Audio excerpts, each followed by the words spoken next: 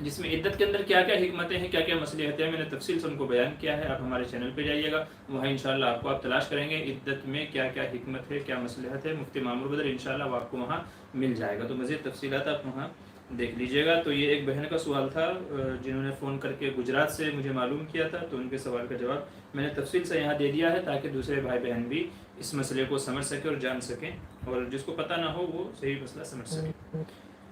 جی چلیے، جو ہمارے آج کے کمنٹس ہیں کمنٹ باکس میں محمد خلیل خان کہہ رہے ہیں اگر افطار میں دعا پڑھنا بھول گئے اور ایسے ہی افطار کر لیا تو کیا روزہ قبول ہوگا یا نہیں؟ جی ہاں، روزہ تو قبول ہو جائے گا. جب وقت ہو گیا ہے تو آپ دعا پڑھیں نہ پڑھیں، آپ نے جب کھجور کھا لی، پانی پی لیا، کچھ اور کوئی بھی چیز آپ نے کھا لی تو روزہ تو آپ کا قبول ہو گیا، افطار ہو گیا. بس یہ ہے کہ کھانے کے شروع میں آپ نے بسم اللہ نہیں پڑھی ہے تو بسم اللہ نہ پڑھنے کی وجہ سے آپ کو جو گناہ ملے گا وہ ایک الگ بات ہے. تو بسم اللہ نہ پڑھنے کی وجہ سے یا افطاری کی جو دعا ہے وہ نہیں پڑھی ہے تو آپ ثواب سے محروم ہو جائیں گے. بسم اللہ نہیں پڑھی ہے تو گناہ ملے گا. تو بس اتنا ہی ہے کہ اگر آپ نے بسم اللہ نہیں پڑھی تو گنہگار ہوں گے، افطار کی دعا نہیں پڑھی ہے تو ثواب سے محروم ہو جائیں گے. باقی یہ ہے جب آپ نے افطار کر لیا تو آپ کا روزہ قبول ہو گیا ہے، روزے میں کوئی خرابی نہیں ہوگی. کہہ رہے ہیں ذکر بغیر وضو کے بھی کر سکتے ہیں؟ جی ہاں کر سکتے ہیں. پچھلے ہفتے بھی میں نے آپ کو جواب دیا تھا. آپ وہی سوال ریپیٹ کرتے رہتے ہیں ہر ہفتے. بس میرے خیال سے شاید آپ کو شوق ہے کہ زیادہ سے زیادہ سوال پوچھوں، تو ایسا نہ کریں میرے بھائی. بشیر مہر السلام علیکم، کیسے ہو مفتی صاحب؟ جی وعلیکم السلام، اللہ کا احسان ہے، اس کا کرم ہے. عارف ڈونگرے السلام علیکم مفتی صاحب، مولانا امجد صاحب سے کتالیف خریدنا مومن کا قلعہ ممبئی کے کیسے کتب خانے مدد؟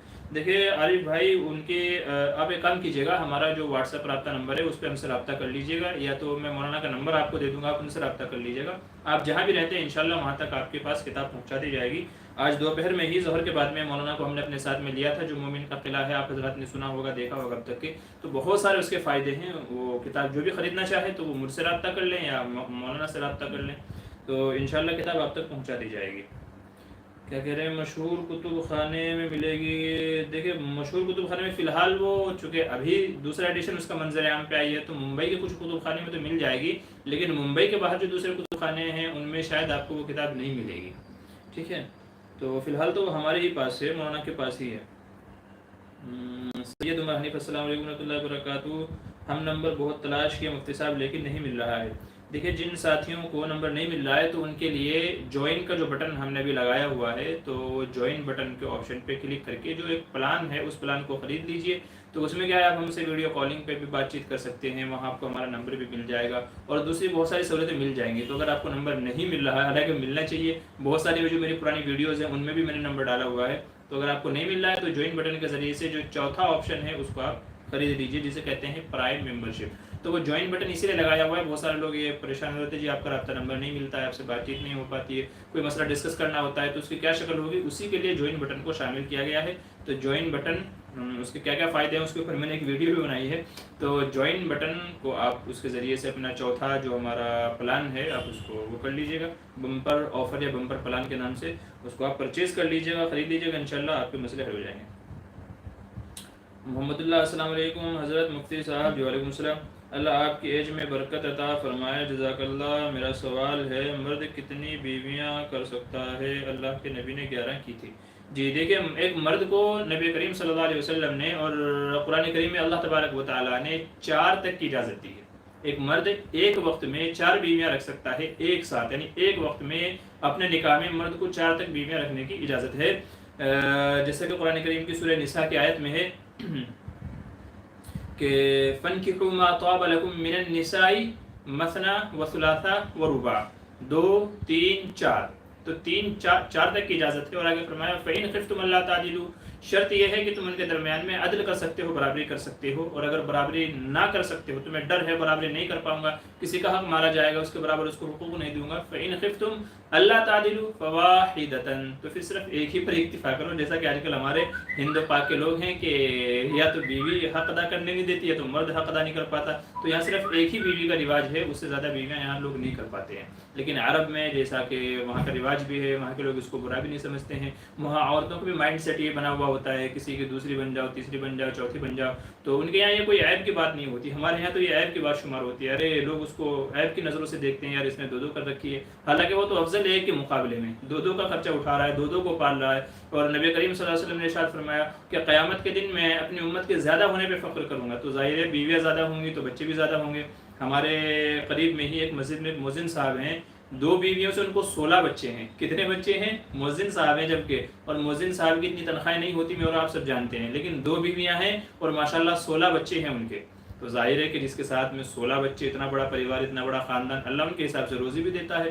تو ہمارے یہاں تو یہ عیب کی بات سمجھی جاتی ہے، حالانکہ تو فخر کی بات ہے. جس کی 2 بیویاں وہ زیادہ افضل، جس کی 3 بیویاں وہ اور زیادہ افضل، جس کی 4 بیویاں وہ اور زیادہ افضل. تو بہرحال ایک وقت میں ایک آدمی 4 بیویوں سے نکاح کر سکتا ہے. یہ قرآن کریم میں ہے جو میں نے آیت پڑھ کر کے سنائی، اور نبی کریم صلی اللہ علیہ وسلم نے احادیث مبارکہ میں اس کا حکم فرمایا ہے. رہ گئی بات یہ کہ سرکار دو عالم صلی اللہ علیہ وسلم نے 11 کی تھی، تو یہ حضور کی خصوصیت ہے. علماء فرماتے ہیں کہ یہ صرف اور صرف حضور کی خصوصیت تھی کہ آپ نے ایک وقت میں آپ نے 11 نکاح فرمائے، اور غالباً ایک وقت میں 9 بیویاں آپ کے نکاح میں تھی. 9 بیویاں ایک وقت میں آپ کے نکاح میں تھی. حضرت خدیجہ کا پہلے انتقال ہو گیا، ان کے بعد پھر دوسری شادیاں کی، پھر آپ کی ایک اور زوجہ کا انتقال ہو گیا تھا، اور آخر عمر تک جب آپ نے وصال فرمایا تو اس وقت آپ کے نکاح میں 9 بیویاں موجود تھی. تو یہ حضور کی خصوصیت تھی، امتی کے لیے جائز نہیں ہے. غالباً اس کی ایک وجہ تو یہ ہے کہ بھئی امتی کے اندر اتنی طاقت نہیں ہے کہ وہ 9 کو سنبھال سکے، نہ تو ان کے حقوق کے اعتبار سے اور نہ ہی مباشرت یا ہم بستری وغیرہ کے اعتبار سے. دوسری وجہ علماء فرماتے ہیں کہ حضور کو جو زیادہ نکاح کی اجازت دی تھی اس کے اندر حکمتیں تھی، مصلحتیں تھی. آپ نے قریش میں بھی نکاح کیا، قریش سے باہر بھی نکاح کیے، عرب میں بھی نکاح کیے، عرب سے باہر بھی نکاح کیے. تو لوگوں کو جوڑنا تھا، مختلف خاندانوں کو جوڑنا تھا، لوگوں کو اسلام سے قریب کرنا تھا، اس لیے آپ کو زیادہ تعدد ازواج، تعدد نکاح کا جو اجازت دی گئی اور حکم دیا گیا تاکہ زیادہ سے زیادہ لوگ اسلام سے قریب ہو سکیں. چونکہ جو مصاہرت یعنی کہہ لیجیے سسر داماد کا جو رشتہ ہوتا ہے، خاندانی جو رشتہ ہوتا ہے، اس کے اندر مضبوطی ہوتی ہے، باتوں کو سمجھنے میں اور وہ کرنے میں زیادہ آسانی ہوتی ہے. تو اس لیے حضور صلی اللہ علیہ وسلم نے اس اعتبار سے زیادہ نکاح فرمائے ہیں. غالباً استاد محترم مفتی سید احمد صاحب پالنپوری کا ایک بیان بھی ہے اس سلسلے میں کہ حضور نے زیادہ نکاح کیوں فرمائے تھے. تو آپ اس کو سن لیں گے تو مزید آپ کے اوپر وضاحت ہو جائیں گے. لیکن ہم امتیوں کے لیے ایک وقت میں صرف 4 ہی ہو سکتے ہیں. 4 میں سے کسی ایک کا انتقال ہو گیا، یا ایک کو طلاق دے دی تو آپ کسی اور سے کر لیں، یا تو آپ نے اس کو طلاق دے دی تو کسی اور سے کر لیں. تو آپ ایک کو طلاق دے دیں یا ایک کی وفات ہو جائے تو آپ پھر جتنی چاہے کر سکتے ہیں. تو ایسا ہو سکتا ہے کہ ایک آدمی نے 20 عورتوں سے نکاح کیا ہو، 20 عورتوں سے نکاح کیا، ایسا ممکن ہے، لیکن ایک وقت میں صرف 4 ہی رہی ہوں. ایک کو طلاق دی، کسی اور سے نکاح کر لیا، ایک کی وفات ہو گئی، کسی اور سے نکاح کر لیا، پھر وفات ہو گئی، پھر کسی اور سے نکاح کر لیا، پھر وفات ہو گئی، پھر کسی اور سے نکاح کر لیا. تو ایسا ممکن ہے. جیسا کہ بعض حضرات نے حضرت علی کے بارے میں آتا ہے کہ انہوں نے کئی ساری شادیاں کی تھی، حضرت حسین کے بارے میں آتا ہے انہوں نے کئی ساری شادیاں کی تھی. تو اس طرح ممکن ہے، لیکن ہم لوگوں کے لیے کھیل بنانا جائز نہیں ہے کہ ایک کو طلاق دی دوسری سے کر لیا، اس کو طلاق دی. یہ جائز نہیں ہے، یہ کھیل بنانا ہے. یہ عورت کی عزت سے کھیلنا، اسے بے سہارا کر کے چھوڑ دینا ہے. کیونکہ ہمارے معاشرے میں کہہ لیجیے جن کے اب تک شادیاں نہیں ہوئی ہے ان کی شادیوں کا مسئلہ ہے. تو بیوہ سے کون شادی کرے گا؟ طلاق یافتہ سے کون شادی کرے گا؟ تو اس لیے یہ کھیل بنا لینا جائز نہیں ہے کہ شادی کی تھی، طلاق دے دی، چھوڑ دیا، پھر دوسری سے کر لی، اس کو طلاق دی، چھوڑ دیا. تو یہ بے سہارا کر کے چھوڑ دینا یہ ظلم ہے. یہ کیا ہے؟ ظلم ہے. ہاں وفات ہو جائے تو کوئی الگ مسئلہ ہے، پھر الگ بات ہے. ٹھیک ہے، تو یہ ہو گیا آپ کے سوال کا جواب. امید ہے بات آپ کی سمجھ میں آ گئی ہوگی. محمد اللہ صاحب کہہ رہے ہیں مفتی صاحب دوسرا سوال میرا یہ ہے، ایسا گانا سن سکتے ہیں جو خلاف شریعت نہ ہو، فلمی گانا نہیں ہو؟ دیکھیں گانے سننا وہ چاہے خلاف شریعت ہو یا نہ ہو، خلاف شریعت ہے تب تو ظاہر سی بات ہے کہ ناجائز اور حرام ہے ہی، اور اس کو سننے سے بھی بعض دفعہ ہو سکتا ہے کہ آدمی کے کفر کا اندیشہ ہو جائے. ٹھیک ہے، گنگنانے سے تو ہو ہی جائے گا.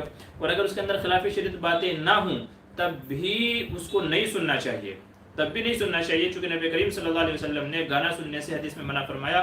آپ صلی اللہ علیہ وسلم کے ارشاد ہے الغناء ينبت النفاق، کہ گنا یعنی گانا بجانا یہ دل کے اندر نفاق کو پیدا کرتا ہے. نفاق کا مطلب یہ ہے کہ آدمی اسلام سے دور ہوتا جاتا ہے، اللہ کی عبادتوں سے دور ہوتا جاتا ہے، اللہ کی محبتوں سے دور ہوتا جاتا ہے، اطاعت سے، اچھے اعمال سے، اعمال صالحہ سے دور ہوتا جاتا ہے. کس کی وجہ سے؟ گانے کی وجہ سے. تو گانا نہیں سننا چاہیے، یہ سرکار دو عالم صلی اللہ علیہ وسلم نے حدیث میں منع فرمایا ہے. تو جو سچا امتی ہوگا، حضور سے محبت کرتا ہوگا، تو اس لیے گانے میں چاہے خلاف شرع ہو یا نہ ہو وہ بندہ تب بھی نہیں سنے گا. ٹھیک ہے، تو گانے نہیں سننا چاہیے. اس کی بہت ساری خرابیاں ہیں. موسیقی بھی جسے کہتے ہیں، موسیقی گانے وغیرہ یہ سب کیا ہے؟ ناجائز ہے.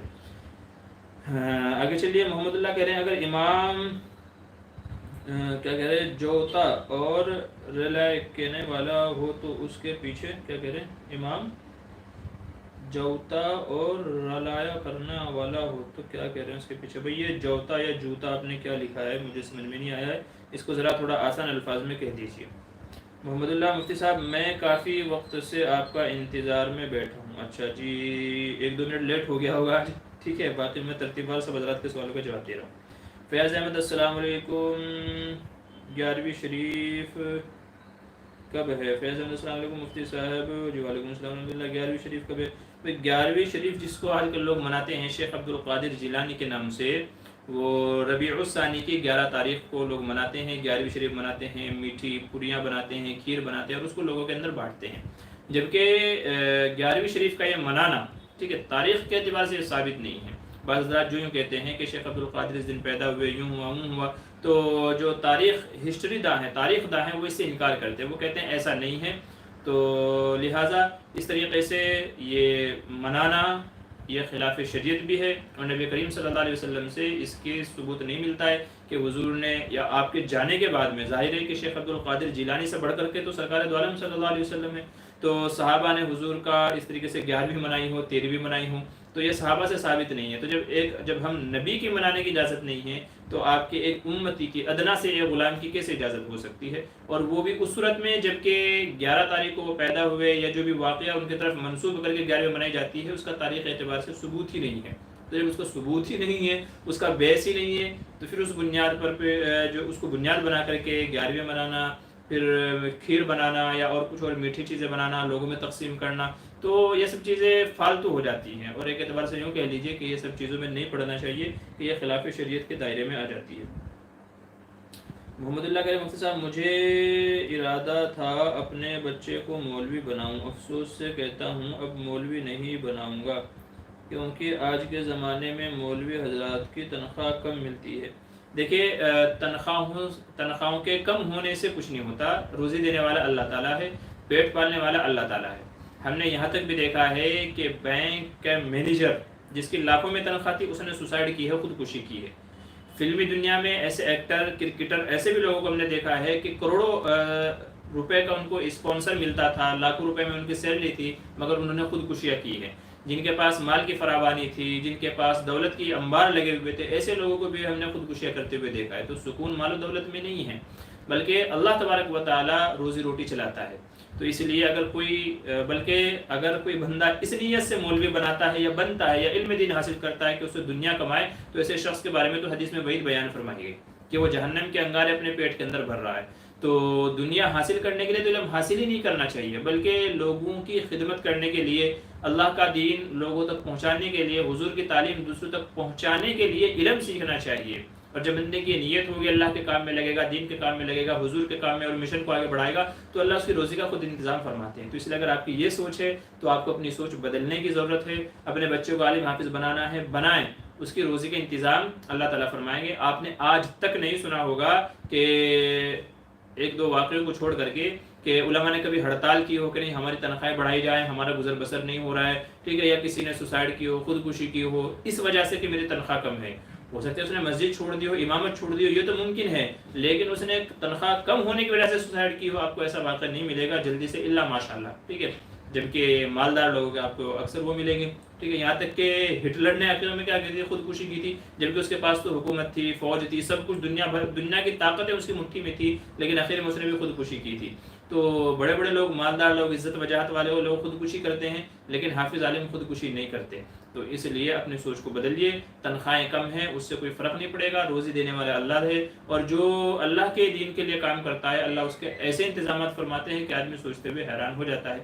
ہمارے والد نے ہمیں یہی کہہ کر کے تعلیم دی تھی۔ آج اللہ کا احسان ہے، ہمارے گھر میں میں حافظ ہوں، عالم ہوں، میرے دونوں بھائی حافظ عالم ہیں، میرے والد صاحب حافظ عالم ہیں، میرے دادا حافظ عالم ہیں، ہمارے جو 2 بہنوئی ہیں دونوں حافظ عالم ہیں، ہمارے پھوپھا خالو وغیرہ جو ہیں وہ بھی سب حافظ عالم ہیں۔ مطلب یہ کہ ہمارے پورے گھرانے میں کم سے کم بھی 30 سے 35 حافظ عالم ہیں۔ ہمارے چچاؤں کے بچے آگے سارے حافظ عالم ہیں، سارے حافظ عالم ہیں ماشاءاللہ، پورا گھرانہ ہمارا دیندار گھرانہ ہے۔ تو ہم نے کبھی یہ نہیں سوچا کہ یار حافظ عالم بن جائیں گے، تنخواہیں کہاں سے ہوگی، یوں ہوگی۔ آپ اپنے بچوں کو حافظ بنائیں، ضروری نہیں ہے کہ وہ مسجد میں جو امامت کرے، وہ اپنا کاروبار بھی کر سکتا ہے، بزنس بھی کر سکتا ہے۔ صحابہ کرام نے بزنس کیے ہیں، اتنے بڑے بڑے وقت کے امام بخاری کہہ لیجئے، امام ترمذی کہہ لیجئے، امام نسائی کہہ لیجئے، امام مسلم کہہ لیجئے، یہ سب لوگ کیا تھے؟ بزنس مین تھے، دین بھی پھیلاتے تھے، دین بھی لوگوں کو سکھاتے تھے، اپنا بزنس بھی کرتے تھے۔ اور اسی طریقے سے امام ابو حنیفہ رحمۃ اللہ علیہ اتنے بڑے تاجر تھے کہ سینکڑوں گھرانے ان کے اس پہ چلتے تھے۔ تو یہ اتنے بڑے بڑے اللہ والے تھے اور تاجر بھی تھے ساتھ میں۔ تو کوئی ضروری نہیں ہے کہ بچے کو حافظ عالم بنا کر کے آپ اسی میں ڈالیں،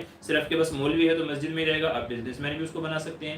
میں نے پڑھائی کے زمانے میں کمپیوٹر سیکھا تھا، جو ماشاءاللہ آج میرے کام بھی آ رہا ہے۔ تو آپ اپنے بچوں کو حافظ بھی بنائیں، مولوی بھی بنائیں، ساتھ میں کوئی اور دوسرا ہنر بھی اس کو سکھائیں، تاکہ وہ ساتھ میں یہ کام بھی کر سکے اور اس کا دوسرا کوئی الگ سے ارننگ کا، کمائی کا ذریعہ بھی ہو سکے۔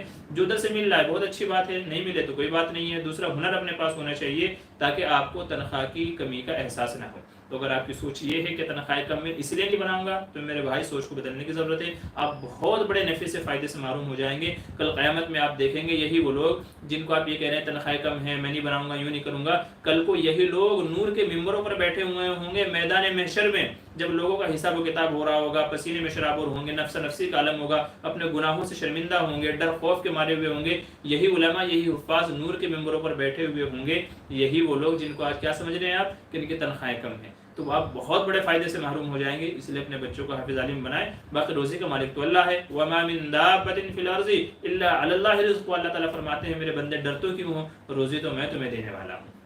ٹھیک ہے، تو اپنی سوچ بدلیے، اللہ پوری امت مسلمہ کو حافظ عالم بنائے۔ اچھا، محمد اللہ آپ کو تندرست عطا فرمائے، جی آمین ثم آمین۔ آگے چلیے، عارف ڈونگرے کہہ رہے ہیں ویٹ سے مفتی کور چاہیے، مفتی صاحب کا نمبر چاہیے مولانا امجد رحمانی کا۔ جی انشاءاللہ میں وہ جو ویڈیو تھی نا ہماری، اس کے ڈسکرپشن میں مولانا کا نمبر میں ڈال دیتا ہوں، ٹھیک ہے، تو ڈسکرپشن میں سے آپ نمبر لے لیجیے گا، کل تک انشاءاللہ میں وہ نمبر ایڈ کر دیتا ہوں۔ محمد اللہ کہہ مفتی صاحب ٹی وی گھر میں دیکھ سکتے ہیں یا نہیں؟ بھائی ٹی وی نہیں دیکھنا چاہیے، ٹی وی تمام گناہوں کا مجموعہ جڑ ہے، اس میں تو گانے فلمیں چلتی ہیں، اگر آپ نیوز دیکھیں گے تو بھی نیوز بتانے والی لڑکیاں ہوتی ہیں، بیچ میں الٹے سیدھے گانوں وغیرہ کے، میوزک وغیرہ کے ایڈورٹائز آتے رہتے ہیں، یا تو گھر میں عورتیں سیریل دیکھتی رہتی ہیں، تو وہ گناہوں کا مجموعہ ہے، گناہوں کی جڑ ہی جڑ ہے وہ، ٹھیک ہے۔ تو اس لیے ٹی وی کو تو گھر سے نکال ہی دینا چاہیے۔ ٹی وی کو علماء نے ام الخبائث کہا ہے، اس لیے اسے جتنا بچیں گے جتنا دور رہیں گے اچھا ہے۔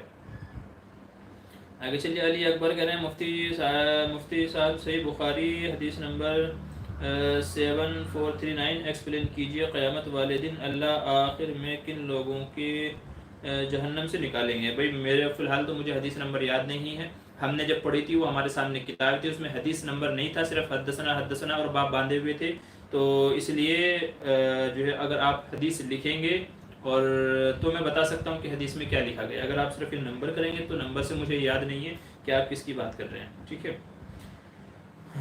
بصیر مہر مفتی صاحب بیوی بڑی بد زبان ہو جائے تو کیا کرے؟ اس کو سمجھایا جائے، پیار محبت سے اس کو بتایا جائے بد زبانی بد کلامی کے کیا کہہ لیجیے فسادات ہیں، کیا وبال ہیں، کیا گناہ ہیں، کیا عذابات ہیں، اس کو بتایا جائے، نبی کریم صلی اللہ علیہ وسلم کی تعلیمات سے اس کو روشناس کرایا جائے، پیار محبت سے سمجھایا جائے، جن باتوں پر وہ غصہ ہوتی ہے، بد زبانی کرتی ہے، تو ان باتوں کو ختم کرنے کی کوشش کی جائے۔ غصے میں بد زبانی ہوتی ہے تو آپ وہ کام ہی نہ ہونے دیں کہ جس سے غصہ آئے، تو آپ وہ پرابلم سے ختم کر دیجئے، جب غصہ نہیں آئے گا انشاءاللہ تو آپ کا یہ مسئلہ بھی حل ہو جائے گا۔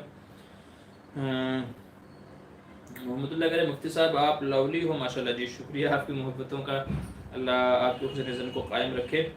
شمشاد قاضی السلام علیکم، مفتی صاحب کیا ہم جسے محبت کہتے ہیں اس سے شادی کرنے کے لیے دعا کر سکتے ہیں؟ جی اگر کوئی آپ کو پسند ہے تو شادی کی جا سکتی ہے، کوئی تو اس کے لیے دعا بھی کی جا سکتی ہے، کوئی مذاکرہ نہیں ہے، ہو سکتا ہے اللہ تعالیٰ آپ کی دعا کی برکت سے اسی سے آپ کا جوڑا منسوب کر دے، ٹھیک ہے، یا قسمت میں یوں ہی لکھا ہو کہ یہ بندہ دعا کرے گا تو جوڑا اس کے ساتھ ہوگا، دعا نہیں کرے گا تو کسی اور کو مل جائے گی۔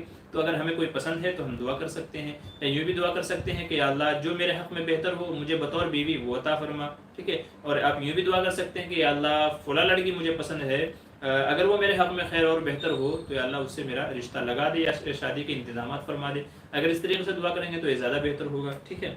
تو بہرحال اپنی پسند کا اظہار کرنا، بات چلانا، دعا مانگنے، اس میں کوئی مذاکرے کی بات نہیں ہے، کوئی حرج کی بات نہیں ہے، حرام محبتیں حرام ہیں، ٹھیک ہے، کہ شادی سے پہلے ہی تمام کانڈ کر لیے جائیں وہ حرام ہے، اپنی پسند کا اظہار کرنا اور اسے شادی کرنے کے لیے محنت کرنا، دعائیں کرنا، اس میں کوئی مذاکرے کی بات نہیں ہے۔ چلیے علی اکبر کریں مفتی صاحب جاوید احمد غامدی صاحب سب لوگوں کو مسلم سمجھتے ہیں تو کیا ہم بھی یہ عقیدہ رکھیں یا نہیں؟ دیکھیں جس کے عقائد صحیح ہوں ظاہر ہے اسے تو ہر کوئی مسلم سمجھتا ہے، لیکن اگر کسی کے عقائد ہمیں معلوم ہو جائے کہ اس کے عقیدے شرکیہ ہیں، کفریہ اگر کسی کے عقیدے ہیں تو پھر آپ اس کو مسلم نہیں سمجھ سکتے۔ دیکھیں اسلام ظاہری اعتبار سے ہے، جس نے کلمہ پڑھا زبان سے وہ مسلمان ہو گیا۔ حضور کے زمانے میں منافق تھے، حضور کو پتا تھا کہ یہ اندر سے کافر ہیں، مگر چونکہ انہوں نے زبان سے کلمہ کا اقرار کر لیا تو ان کو مسلمانوں کے صف میں شمار کیا گیا۔ جو حقوق مسلمانوں کو ملتے تھے وہی ان منافقین کو ملتے تھے، جبکہ حضور کو پتا تھا کہ یہ اندر سے کافر ہیں۔ تو اسلام ظاہر پر حکم لگاتا ہے کہ اگر کسی نے کلمہ زبان سے کلمہ اسلام کہہ لیا ہے تو وہ مسلمان ہے، اور اگر کوئی زبان سے کفر بکتا ہے، کفریہ باتیں کہتا ہے یا شرکیہ اعمال کرتا ہے تو ظاہر ہے کہ اس کے ظاہر کو دیکھ کر کے اس کے اوپر شرک کا حکم لگے گا۔ اب بھی اگر کوئی بندہ انہیں کہتا نہیں یہ تو مسلمان ہے، بھلے ہی کفریہ کام کریں شرکیہ کام کریں پھر بھی وہ مسلمان ہے، تو یہ بندہ خود گمراہ ہے، یہ بندہ خود ضال اور مضل ہے، یہ بندہ خود گمراہ ہے۔ تو اب اس کی اصلاح کی ضرورت ہے، ان کی اصلاح کی ضرورت نہیں ہے۔ تو اگر کسی کے اندر کفریہ شرکیہ باتیں نہیں ہیں تب تو ظاہر ہے کہ اس کو مسلمان ہی سمجھیں گے، لیکن اگر کسی سے کفر و شرک کا صدور ہوتا ہے یا ہمیں پتہ ہے، پھر اس کو مسلمان کیسے سمجھیں گے؟ پھر تو بے وقوفی ہوگی اور اپنی عقل کی کمی ہوگی۔ امید ہے کہ آپ بھی اتفاق کریں گے اور بات سمجھ گئے ہوں گے۔ علی اکبر کہہ رہے ہیں قاری صاحب میں بہت مصیبت میں ہوں، میرے لیے دعا کیجیے، اللہ آپ کی تمام مشکلوں کو آسان فرمائے۔ فرحان مبین السلام علیکم ورحمۃ اللہ وبرکاتہ۔ پیر دھو کر امام صاحب سے پہلے خفین پہنے ہیں تو مسح کب سے شروع ہوگا؟ رکعت میں سورہ فاتحہ سے وغیرہ؟ یہ آپ نے اردو میں لکھا ہے اور الٹا سلٹا ہو گیا ہے، میں اپنے حساب سے سمجھ کر کے جواب دے دیتا ہوں کہ اگر آپ نے خفین پہنے تو مسح کب سے شروع ہوگا؟ دیکھیے مسح تو جب سے آپ نے ظاہر مسح جب ہی کریں گے جب آپ کا وضو ٹوٹ گیا ہوگا، تو جب سے آپ کا وضو ٹوٹا ہے تب سے کنٹینیو آگے ایک دن، ٹھیک ہے، یعنی آپ نے ظہر میں وضو کر کے خفین پہنے تھے، آپ کا وضو ٹوٹا عصر سے، تو اب آپ عصر سے اگلے دن عصر تک کے مسح کریں گے، اگلے دن عصر تک کے جو ہے مسح کریں گے آپ، تو ایک دن جو ہے مقیم کے لیے، مسافر کے لیے 3 دن، تو جب سے وضو ٹوٹا ہے تب سے لے کر کے 24 گھنٹے اور مسافر کے لیے 3 دن، ٹھیک ہے، تو جب سے وضو ٹوٹا ہے تب سے آپ مسح کو کنٹینیو کریں گے۔ تو یہ تو ہو گیا خفین کا، اس سلسلے میں میری ویڈیوز ہیں مسائل الخفین کے مسائل، اس تعلق سے آپ وہاں مزید تفصیل دیکھ سکتے ہیں۔ اور کیا کریں امام صاحب سے پہلے رکعت میں سورہ فاتحہ سورۃ ملا بغیر ایک رکعت مکمل کی تو قرات کون سی رکعت میں کرے گا؟ دیکھیں اگر کسی بندے کی کوئی رکعت چھوٹ گئی تھی تو ظاہر ہے کہ اب جب وہ کھڑے ہو کر کے اپنی رکعت پوری کرے گا تو اس میں وہ قرات کرے گا اور اسی میں سورت میں ملائے گا۔ اگر سورہ فاتحہ سورت نہیں ملائے گا تو سجدہ سہو لازم ہوگا، اور اگر کوئی بندہ شروع سے امام کے پیچھے ہے تو ظاہر ہے کہ اسے کچھ کرنے کی ضرورت ہی نہیں ہے، اسے کچھ پڑھنے کی ضرورت ہی نہیں ہے، امام کی قرات ہی اس کے لیے کیا ہو جائے گی؟ کافی ہو جائے گی۔ علی اکبر کہہ رہے ہیں مفتی صاحب اللہ آپ کی تمام دعاؤں کو قبول فرمائے، جی آمین، بہت آمین، اللہم آمین۔ قاری اشفاق الحسینی کہہ رہے ہیں السلام علیکم حضرت، میرا دل کمزور ہے، دل مضبوط ہونے کی دعا بتائیں۔ جی اس کے لیے آپ دعا پڑھیے وَيَشْفِ صُدُورَ قَوْمٍ مُؤْمِنِينَ، وَيَشْفِ صُدُورَ قَوْمٍ مُؤْمِنِينَ، دل پر ہاتھ رکھ کر کے ہر نماز کے بعد 11 مرتبہ یہ دعا پڑھ لیجئے، ٹھیک ہے، وَيَشْفِ صُدُورَ قَوْمٍ مُؤْمِنِينَ، دل کو مضبوط کرنے کے لیے، کمزور ہے تو اس دعا کو دل پر ہاتھ رکھ کر کے ہر نماز کے بعد میں 11 مرتبہ پڑھنے کا معمول بنا لیجئے، اللہ آپ کے دل کو تقویت عطا فرمائے گا انشاءاللہ۔ محمد اللہ مفتی صاحب والی کیا کہہ رہے ہیں مفتی صاحب ولی کی زیارت پر جانا کیسا ہے؟ ولی کی زیارت اگر کوئی بندہ ہے جو ولایت کے درجے کو پہنچا ہوا ہے، ہمیں پتہ ہے کہ وہ اللہ والے بزرگ جیسے اس وقت بہت سارے علماء موجود ہیں، جیسے پیر ذوالفقار احمد نقشبندی دامت برکاتہم میں، اور ان کے جیسے اور دوسرے علماء بہت سارے اکابر ہیں، تو اگر زندہ لوگوں کی آپ زیارت کو جائیں ملاقات کے لیے تو کوئی مذائقہ نہیں ہے، کوئی حرج کی بات نہیں ہے، اور اگر وہ انتقال کر چکے ہیں جیسے بڑے بڑے اولیاء اللہ ہیں، ٹھیک ہے، خواجہ اجمیری ہیں، شیخ عبد القادر جیلانی ہیں، پیر صابر کلیری وغیرہ، اس طرح کے اور بہت سارے دوسرے جو ہے بزرگ لوگ ہیں جو انتقال کر چکے ہیں، تو ان کی زیارت کو جاننا بھی جائز ہے، وہاں آپ جائیں اور ان کے لیے ایصال ثواب کریں اور واپس آ جائیں، لیکن وہاں جا کے چادریں چڑھانا، منتیں مانگنا، سجدے کرنا، الٹی پلٹی رسمیں کرنا، یہ سب جہالت ہو رہی ہے، پھر یہ شرک کے اندر داخل ہو جاتا ہے، تو اس سے منع کیا گیا ہے۔ اور اگر آپ بس ایسے ہی جا رہے ہیں زیارت کے لیے کبھی کبھار تو اس کی اجازت ہے، کبھی کبھار بھی جا سکتے ہیں زیارت کے لیے۔ خلیل بھائی کہہ رہے ہیں جہری نماز کی قضا آہستہ کی جائے گی، بلند آواز سے، ظہری نماز کی قضا بھی آہستہ آواز سے کی جائے گی، ٹھیک ہے، آہستہ آواز سے کی جائے گی۔ مثال کے طور پہ عشاء کی نماز ہماری قضا ہو گئی تھی، اب ظہر میں یا عصر میں اس کو ادا کر رہے ہیں تو آہستہ قرأت سے ہی اس کی قضا کی جائے گی۔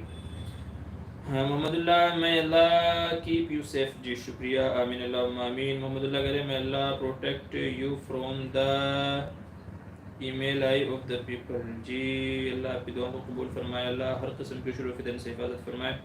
خلیل بھائی کہہ رہے ہیں لڑکی سے شادی کرنے کے لیے کن باتوں کا خیال رکھنا چاہیے؟ سب سے مین بات یہ ہے کہ لڑکی دیندار ہونی چاہیے، لڑکی کا گھرانہ کیا ہونا چاہیے؟ دیندار ہونا چاہیے۔ تو بس نبی کریم صلی اللہ علیہ وسلم نے یہی ارشاد فرمایا فَاظْفُرْ بِذَاتِ الدِّین، کہ لڑکی میں دینداری دیکھو، اگر دینداری ہے اس کی تو اسے نکاح کر لو، بس مین بات تو یہی ہے، کیونکہ دینداری کے بغیر گھر چلانا مشکل ہے۔ خوبصورتی چند روزہ ہوتی ہے، مال بھی چند روزہ ہوتا ہے، گھمنڈ لے کے آتا ہے، خوبصورتی بھی گھمنڈ لے کے آتی ہے، ٹھیک ہے، بڑے خاندان کا ہونا اس سے گھر نہیں چلتا، اس سے پیٹ نہیں بھرتا ہے۔ تو دینداری اگر ہوگی آدمی روکی سوٹی کھا کر کے فاقہ رہ کر کے بھی گھر چلا لیتا ہے۔ تو سب سے مین بات کیا ہے؟ عورت میں دینداری دیکھی جائے، اگر وہ خوبصورت بھی ہو تو اور اچھی بات ہے، مالدار ہو تو اور اچھی بات ہے، حسب نسب والی ہو تو اور اچھی بات ہے، لیکن فرسٹ نمبر کیا ہے؟ دینداری کا ہے۔ دیندار ہے تو بسم اللہ پڑھ کے نکاح کر لو، اس کے علاوہ کچھ اور دیکھنے کی ضرورت نہیں ہے۔ دینداری ہوگی انشاءاللہ تو ساری کمیاں اسی کے چھپ جائیں گی، دینداری کے اندر ہی وہ مطلب مینیج کر لے گی، وہ ہر کمی کو انشاءاللہ وہ خوشی سے پوری کر دے گی اگر دیندار ہوگی تو حدیث میں اسی کا حکم ہے کہ بھی دیندار سے شادی کرو، تو میں بھی یہی کہوں گا کہ دینداری ہی دیکھیے۔ خلیل بھائی کہہ رہے ہیں لڑکی والوں کے بارے میں معلوم کرنے کے لیے لوگ کچھ لوگوں کے پیچھے لگاتے، وضاحت فرما دیجیے۔ دیکھیے پیچھے لگانے سے مراد آپ کے یہاں کیا ہوتا ہے میں نہیں مطلب مجھے نہیں پتا ہے، لیکن اگر آپ کو کہیں رشتہ کرنا ہے، اس کے گھر والوں کے بارے میں اگر آپ کو معلوم کرنا ہے تو اس کا طریقہ یہ ہے کہ یا تو اس گاؤں کے کسی بندے سے معلوم کریں چپ چاپ سے، ٹھیک ہے، یا تو اس کے جو پڑوسی ہیں ان سے معلوم کریں، یا تو جو اس کے رشتہ دار ہیں ان سے معلوم کریں، ٹھیک ہے۔ یا آج کل میرج بیورے ہوتے ہیں، اس طرح کے بہت سارے لوگ ہوتے ہیں جو کچھ پیسہ لے کے رشتے جڑواتے ہیں، شادی کرواتے ہیں، تو ان کے پاس رپورٹ ہوتی ہے، اس کو بولے بھائی ایمانداری سے بتا، اپنے ہدیے کے چکر میں نہ رہے، بلکہ ایمانداری سے بتا کہ لوگ اچھے ہیں کہ نہیں ہیں، نہیں تو وہ لوگ جو ہے نا بروں کو بھی اچھے بنا کر کے رشتہ کروا دیتے ہیں، بولے بعد میں یہ لوگ آپس میں لڑے جھگڑے ایک دوسرے کا سر پھوڑے، کچھ بھی کرے، ہمیں مطلب نہیں ہے، ہم نے شادی کرا دی، ہمارا پیسہ ہو گیا ہے۔ تو بہتر تو یہی ہے کہ اس کے پڑوسی سے، گاؤں والے سے یا اس کے رشتہ دار سے معلوم کریں، انشاءاللہ اس سے آپ کو اچھی بات معلوم ہو جائے گی کہ بھئی یہ کیسے خاندان کے لوگ ہیں، جن کے بارے میں یہ لوگ گواہی دے اچھے لوگ ہیں تو اچھے ہی لوگ ہوں گے، ٹھیک ہے۔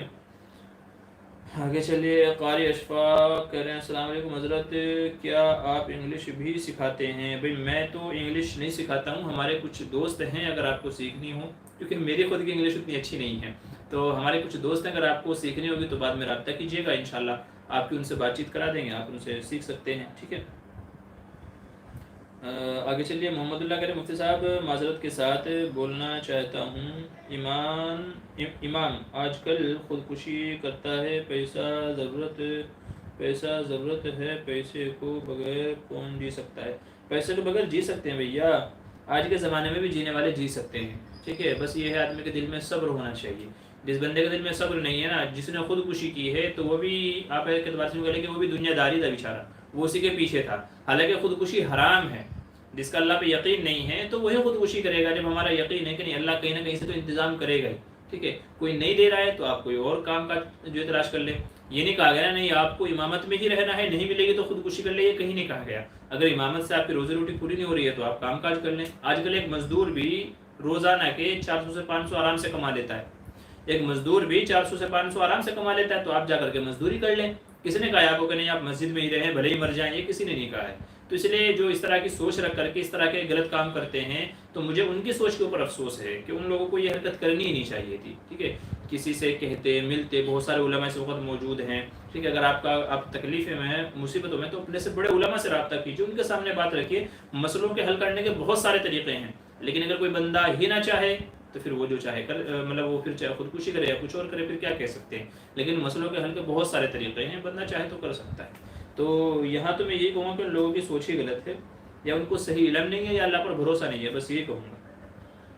حالات سب پہ آتے ہیں، کوئی کتنا بڑا مالدار کیوں نہ ہو، کوئی کتنا غریب کیوں نہ ہو، حالات سب پہ آتے ہیں، لیکن سب لوگ خودکشی نہیں کرتے، خودکشی وہی کرتے ہیں جن کے ارادے کمزور ہوتے ہیں۔ نائٹ ڈریس میں نماز پڑھنا کیسا ہے؟ جی اگر سطر نہیں دکھ رہا ہے تو پھر نماز ہو جائے گی، کوئی مذائقہ نہیں ہے، مرد ہو یا عورت دونوں کے لیے یہی حکم ہے کہ اگر سطر نہیں دکھ رہا ہے تو پھر نماز ہو جائے گی، ٹھیک ہے، پاک صاف ہونا چاہیے، بس یہی تو اپنا نماز کے لیے جو کپڑے ہونے چاہیے اس کے لیے شرط یہی ہے کہ بھائی ساتر ہو اور مکمل ہو، اور کہہ لیجیے بس یہی ہے، باقی تو اور کچھ نہیں ہے، پاک ہو، بس یہ سب چیزیں ہوں گی تو نماز ہو جائے گی، نائٹ ہو چاہے کچھ اور ہو۔ حافظ شہباز آفیشیل، السلام علیکم مفتی صاحب، خیریت سے ہوں؟ میں حافظ شہباز، میرا یوٹیوب پر ایک چینل ہے نورانی مکاتب، جس میں قرآن مجید کو تجوید سے پڑھاتا ہوں، آپ کے ساتھیوں سے سبسکرائب کرنے کو کہہ دیجیے۔ جی بھائی، ان کے سبسکرائب جو ان کا چینل ہے یہ کافی دنوں سے ہمارے یہ لائیو میں آتے بھی ہیں اور اپنے چینل کو سبسکرائب کرنے کے لیے ریکویسٹ کرتے ہیں، تو آپ حضرات سے گزارش ہے کہ بھائی آپ ان کے چینل کو سبسکرائب کر لیجیے۔ شزین خان، مائی کوشچن از درود ابراہیمی از مسڈ ان دا لاسٹ قاعدہ آف دا پریئر، ول دا پرے بی ویلڈ؟ جی ہاں، اگر آپ نے کہہ لیجیے قاعدہ اخیرہ میں اگر تشہد آپ نے نہیں کیا ہے، آپ نے درود شریف پڑھا نا؟ جی ہاں، قاعدہ اخیرہ میں تشہد میں اگر آپ نے درود ابراہیمی نہیں پڑھا ہے اور آپ نے سلام پھیر دیا تو آپ کی نماز ہو جائے گی، کوئی مذائقہ نہیں ہے، ٹھیک ہے؟ کیونکہ آخری قاعدے میں درود شریف کا پڑھنا یہ سنت ہے، تو اگر چھوٹ جائے گا کوئی حرج کی بات نہیں ہے۔ ہم نے یہ مسئلہ اکثر سنا ہوگا، کوئی بندہ جلدی میں ہے اور وہ صرف اتحیات پڑھ کر کے، ٹھیک ہے، اتحیات پڑھ کر کے اگر وہ سلام پھیر دے تو اس کی بھی نماز ہو جاتی ہے۔ تو جب اتحیات پڑھ کر کے سلام پھیرنے سے نماز ہو جاتی ہے، تو اگر کسی کا درود ابراہیمی چھوٹ گیا تو بھی نماز ہو جائے گی، ٹھیک ہے؟ تو نماز ویلڈ ہے، نماز ہو جائے گی، نو ڈاؤٹ۔ فردین پنسارے، کیا نام ہے ان کا؟ نیو، خوبصورت اور دیندار بیوی ملنے کے لیے وظیفہ بتاؤ نا مفتی صاحب۔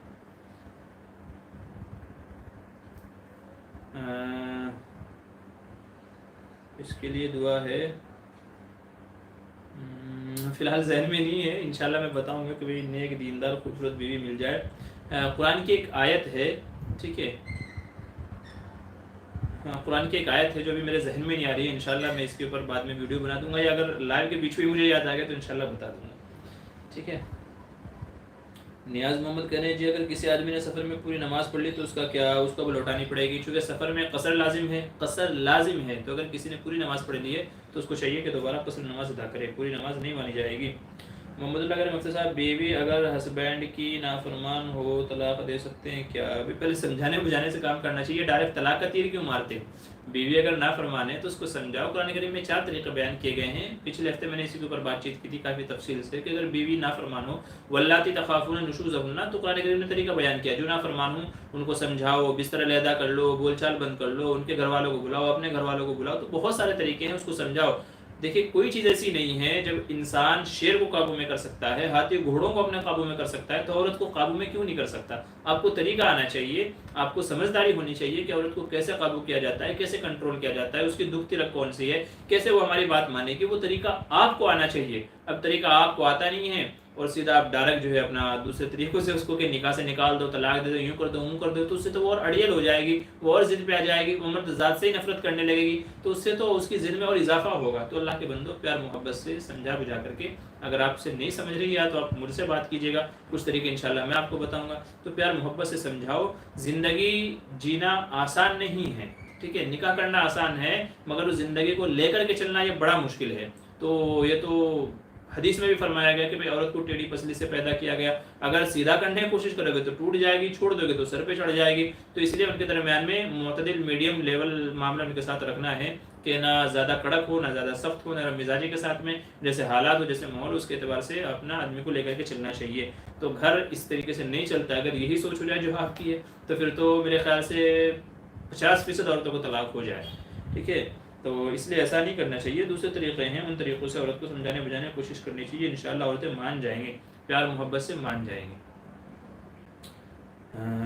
آگے چلیے، عبدالکلام، السلام علیکم حضرت، ہم بستری کرتے وقت اگر عورت منع کر دے تو عورت کی پکڑ تو نہیں ہوگی؟ دیکھیے بلا مجبوری کے عورت کو انکار نہیں کرنا چاہیے، چونکہ شوہر ہے، اس کا حق ہے، ٹھیک ہے؟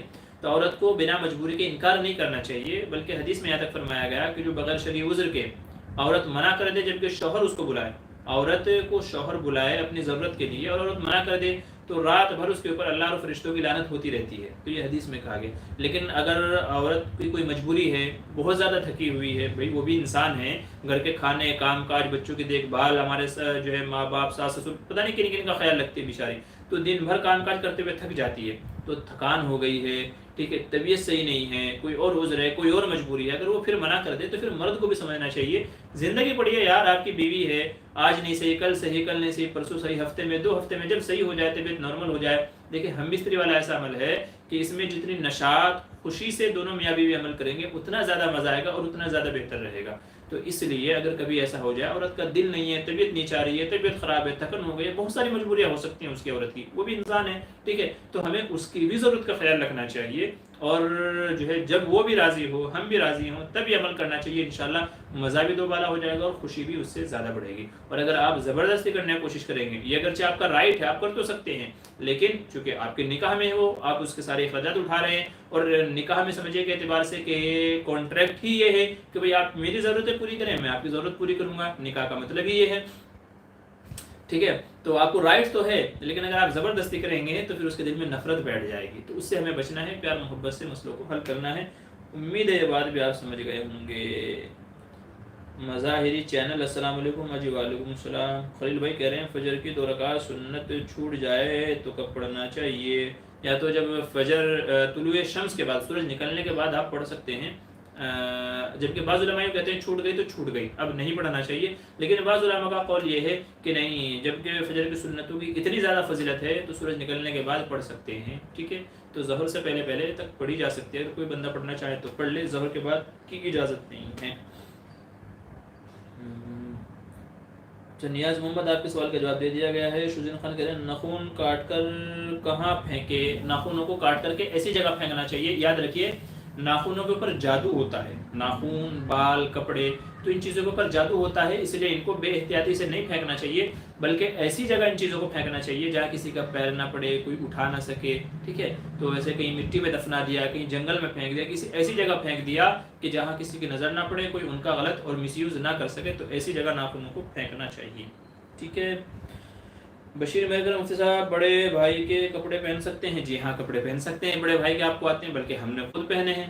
پڑھائی کے زمانے میں بڑے بھائیوں کے کپڑے جو تھے جب ان کو چھوٹے آنے لگتے تو ہم کر لیتے ہیں. جو مڈل کلاس کے لوگ ہوتے ہیں نا, ان کا یہی فنڈا رہتا ہے, تو کہ بھائی بڑے بھائی کے چھوٹے بھائی, اس کے کپڑے پھر اس کا چھوٹا بھائی, تو چلتا رہتا ہے, کوئی مذائقہ نہیں ہے, بلکہ تو اور محبت کی علامت ہے کہ بڑے بھائی کے چھوٹے جو ہے کپڑے پہن لیے ہیں, کیونکہ اب اس کے 2 ہی استعمال لے جاتے ہیں, یا تو آپ کسی غریب کو دے دیں, ٹھیک ہے, اور یا تو پھینک دیں. اگر پھینک دیں گے تو مال کا ضیاع ہے, کسی غریب کو دیں گے تو اس کا فائدہ ہو جائے گا, اور اگر اپنے بھائی کو دیں گے تو اس کا فائدہ ہو جائے گا کہ اور مزید روپیہ پیسہ لے کر کے جو آپ کپڑے خریدتے وہ آپ کے بچ جائیں گے, اور پیسوں کو آپ کہیں اور آپ استعمال کر سکتے ہیں.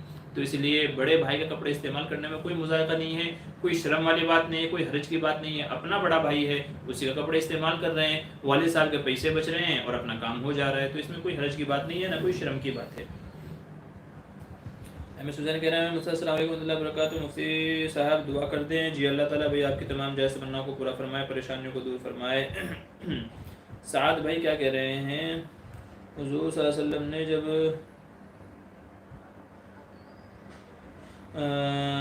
حضور صلی اللہ علیہ وسلم کی شان میں گستاخی ہو رہی ہے تو ایسے وقت میں ہمیں کیا کرنا چاہیے؟ دیکھیے جب ایسے معاملات میں ہمارے اندر جو بھی ہمت, جو بھی طاقت ہو, ہمیں اس کا استعمال کرنا چاہیے. اگر ہم بول کر کے اس کے خلاف احتجاج کر سکتے ہیں تو بول کر کے کریں, لکھ کر کے کر سکتے ہیں لکھ کر کے کریں. اگر آپ جا کر کے گریبان پکڑ سکتے ہیں تو اس بندے کا جا کر کے گریبان پکڑ لیں, ٹھیک ہے. تو جو بھی آپ کے اندر ہمت ہے, استطاعت ہے, جو بھی آپ کے پاس پلیٹ فارم ہے, جو بھی آپ کے پاس طریقہ ہے, تو اس طریقے سے آپ کو اس کے خلاف احتجاج کرنا ہے, پروٹیسٹ آپ کو کرنا ہے, اور ہر ممکن حد تک آپ چاہے کسی بڑے کو کہیں اس تک بات پہنچائے, کوئی اور ذریعہ آپ پولیس میں جائے کمپلین کریں, ٹھیک ہے. جو بھی طریقہ ممکن ہو سکتا ہے آپ اس طریقے سے اس بد زبان شخص کو روکنے کی کوشش کریں کہ جو سرکار دو عالم صلی اللہ علیہ وسلم کی شان میں گستاخی کر رہا ہے. اور اگر آپ کے اندر اتنی طاقت ہی نہیں ہے تو پھر کم از کم یہ ہے کہ اپنے دل سے برات کا اظہار کر دیں کہ بھئی میں تو اس بندے سے بری ہوں, میں اس کو بالکل اچھا نہیں سمجھتا, اور میرے دل میں ایسے شخص کے لیے نفرت ہے کہ جو حضور کے شان میں گستاخی کرے. کیونکہ سرکار دو عالم صلی اللہ علیہ وسلم نے ارشاد فرمایا کہ جو ہے یہ بندہ جب تک کہ مومن ہی نہیں ہو سکتا, لا یؤمن احدکم, کہ تم میں سے کوئی مومن ہی نہیں ہو سکتا یہاں تک کہ میں اس کے نزدیک سب سے زیادہ محبوب نہ بن جاؤں, اس کے ماں باپ بیوی بچوں مال و دولت سب سے زیادہ محبوب نہ بن جاؤں,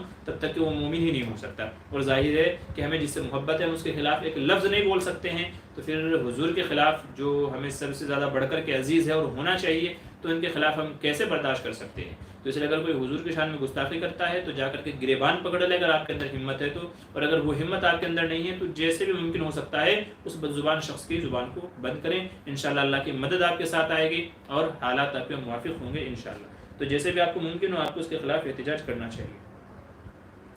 خلیل بھائی کہہ رہے ہیں آخری رکعت میں امام صاحب نے سلام پھیر دیا اور مقتدی اتحیات نہیں پڑھا تو کیا حکم ہے؟ جی سلام پھیر دینا چاہیے اس کو بھی، چونکہ اس کے اوپر اتحیات لازم نہیں ہے. جب وہ امام کے پیچھے ہے، امام کی ہو گئی تو آپ کی بھی ہو گئی، ٹھیک ہے، امام کی ہو گئی تو آپ کی بھی ہو گئی، تو آپ کے ذمہ لازم نہیں ہے کہ آپ پوری اتحیات پڑھیں. آپ نے جہاں تک پڑھا بس وہیں تک کافی ہے، آپ سلام پھیر دیں، آپ کی نماز ہو جائے گی.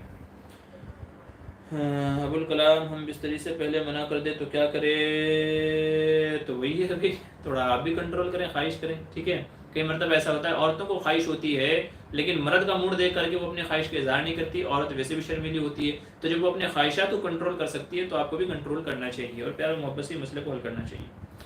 فرحان مبین کہتے ہیں پیر دھو کر خفین پہنے تو مسئلہ کب سے شروع ہوگا؟ میں نے آپ کے سوال کا جواب دے دیا ہے کہ جس وقت سے وضو ٹوٹا اس کے بعد سے آپ کو ایک دن تک کے کیا کرنا ہے؟ مسا کرنا ہے. ساجد قاسمی کہہ رہے ہیں جی اگر کوئی حالت سفر میں پوری نماز پڑھ لے تو اس کا کیا حکم ہے؟ العارض مولوی محمد ساجد قاسمی میواتی جی، میں اس کا بھی جواب دے چکا ہوں کہ اس کی نماز نہیں ہوئی ہے، اس کو دوبارہ نماز پڑھنا لازم ہوگا. آگے چلے. محمد اللہ کہہ رہے مفتی صاحب، یہ کیا ہو گیا پیچھے آ گئے کیا سب لوگ؟ یہ تو وہی سوالات ہو رہے ہیں، ریپیٹ ہو رہے ہیں جو لوگ کر چکے ہیں. اچھا کیا کہہ رہے ہیں؟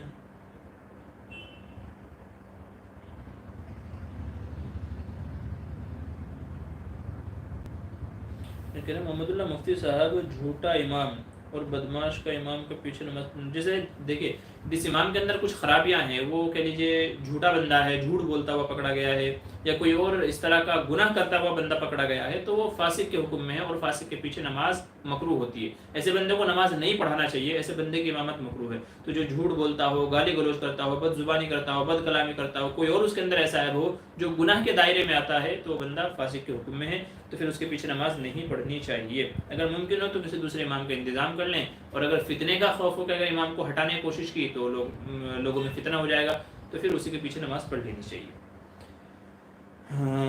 آگے چلیے. فرحین امام صاحب سے پہلی رکعت میں سورہ فاتحہ چھوٹ گئی ہے، سورت ملانا بھول گئے، تب چھوٹی ہوئی سورت کو کیا تیسری چوتھی رکعت میں پڑھ سکتے ہیں یا نماز لوٹانی پڑے گی؟ دیکھیے اگر پہلی یا دوسری رکعت میں سورہ فاتحہ یا کوئی دوسری سورت چھوٹ گئی تو اس کو تیسری یا چوتھی میں نہیں ملائیں گے، تیسری یا چوتھی میں نہیں ملائیں گے، بلکہ آخر میں سجدہ سہو کر لیں گے، نماز ہو جائے گی. ٹھیک ہے، تو سجدہ سہو کرنے سے نماز ہو جائے گی، اس کو الگ سے ملانے کی ضرورت نہیں ہے. تو سورہ فاتحہ کا اور کوئی دوسری سورت کا ملانا یہ پہلی دو رکعتوں میں واجب ہے، فرض وغیرہ کی. تو اگر چھوٹ گئی ہے تو کوئی بات نہیں ہے، آخر میں سجدہ سہو کر لے، نماز ہو جائے گی. ٹھیک ہے، نہ نماز لوٹانے کی ضرورت ہے.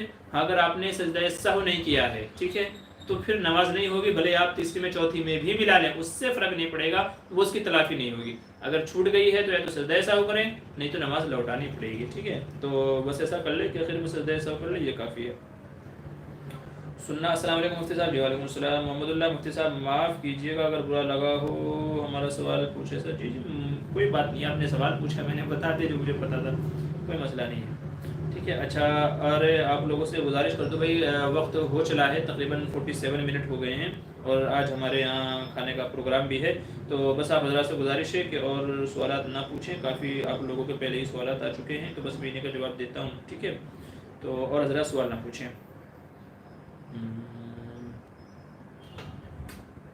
قاری اشفاق کیا کہنا ہے؟ السلام علیکم حضرت، مفتی اکبر ہاشمی کی سند کیوں منسوخ کی ہے؟ یہ تاریخ مجھے نہیں، یہ طریقہ مجھے صحیح نہیں لگا. ظاہر ہے جس بندے کے، جو بندہ علماء حق کے خلاف بولتا ہے، ٹھیک ہے، یا مسلمانوں کے خلاف بولتا ہے، مسلمانوں میں انتشار پھیلاتا ہے، کہہ لیجیے غلط فہمی پھیلاتا ہے، اس کی بہت ساری رپورٹ ظاہر ہے. وہ تو آپ اگر مفتی زبیر ندوی سے، جو ان کے استاد ہیں، جنہوں نے اس کو پڑھایا، جنہوں نے سند منسوخ کی، ان سے اگر رابطہ کریں گے تو زیادہ باتیں تو وہی بتائیں گے کہ ان کی سند منسوخ کیوں کی گئی. لیکن مجھے یہی علم ہے کہ اس کے خلاف بہت سارے اس طرح کا مواد، اس کی ویڈیوز مجھ تک بھی پہنچی ہے، ان تک بھی پہنچی ہے، جو ایک عام مسلمان بھی نہیں کر سکتا. جائے کہ ایک عالم ہو کر کے، مفتی ڈگری ہولڈر ہو کر کے اگر یہ سب کام کرے گا تو ظاہر ہے کہ اس کی سند تو منسوخ ہونی ہے. یعنی ہم اس سے برات کا اظہار کر دیتے ہیں کہ بھئی اس بندے کا ہمارے سے کوئی تعلق نہیں ہے، نہیں تو اس کے چکر میں ہمارا بھی پھر نام بدنام ہوتا ہے کہ بھئی اس نے فلاں جگہ سے افتاء کیا تھا اور دیکھو یہ کیا کام کر رہا ہے. ابھی حال ہی میں اس کا میں آپ کو ایک جو ہے ایگزامپل دوں. ایک شیخ عادل بن قاسم القلبانی، میں نے رات وہ ویڈیو اپنے چینل پہ اپلوڈ کی تھی، جو کبھی کعبے کے امام رہے ہیں، ان کو کعبے میں کچھ وقت تک امامت کا موقع ملا تھا، تو ان کا نام جڑ گیا کیا ہے؟ امام کعبہ. اب ریاض کی سعودی میں ایک فلم بنائی جا رہی ہے، تو اس میں انہوں نے ایک رول کیا ہے فلم کے اندر، انہوں نے امام نے، ٹھیک ہے، اب تو نہیں ہے وہ کعبے کے امام، سعودی میں کسی اور جگہ امامت کرتے ہیں، لیکن ایک فلم میں انہوں نے رول کیا ہے، تو اب ان کو ٹرول کیا جا رہا ہے، ان کو بدنام کیا جا رہا ہے، کیا کہہ کر کے کہ سابق امام کعبہ کیا کر رہے ہیں، فلم میں انٹری کر رہے ہیں، فلم میں اداکاری کر رہے ہیں، تو ان کا نام کس سے جڑ گیا ہے، بھلے ہی انہوں نے ایک بار کیا ہے لیکن کس سے، کعبے سے۔ تو لوگ کیا کہہ رہے ہیں کہ امام کعبہ، استغفر اللہ نعوذ باللہ، امام کعبہ کیا کر رہے ہیں، فلم میں اداکاری کر رہے ہیں، فلموں میں کام کر رہے ہیں۔ تو میرے بھائی یہی ہوتا ہے کہ جب کوئی بندہ ہم سے جڑا ہوا ہوتا ہے تو اگر وہ کوئی غلط کام کرتا ہے تو اس کی تو بدنامی ہوتی ہی ہوتی ہے، ساتھ میں دوسرے بندے کی بھی بدنامی ہوتی ہے، وہ کوئی چاہے ادارہ ہو چاہے کوئی شخص ہو تو اس کی بھی بدنامی ہوتی ہے، تو اس لیے اس کی سند کو منسوخ کر دیا گیا کہ بھئی اب وہ اپنے اعمال کا ذمہ دار وہ ہے، ہمارا اس سے کوئی تعلق نہیں ہے، وہ غلط کرتا ہے تو اس کا ذمہ دار وہ خود ہے۔ امید آپ سمجھ گئے ہوں گے۔ باقی آپ مفتی زبیر سے رابطہ کر لیجئے، انشاءاللہ وہ آپ کو ساری باتیں سمجھا دیں گے اور آپ کو سارے پروف دے دیں گے کہ بھئی کیا کیا اس نے غلط حرکتیں کی ہیں جس کی وجہ سے سند کو منسوخ کیا گیا۔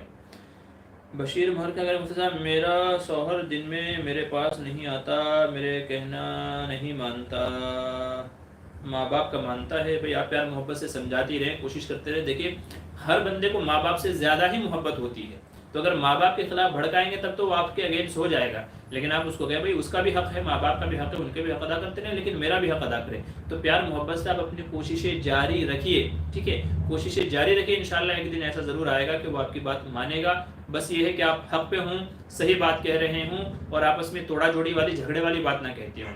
ساتھ میں آپ یہ کر لیں، یحبونہم کحب اللہ والذین آمنوا اشد حبا للہ، یہ دعا پڑھتے رہیں اور اللہ سے مانگتے رہیں کہ آپ کے جو ہے شوہر کے دل میں آپ کی محبت ڈال دے، انشاءاللہ ان کا دل بدل جائے گا۔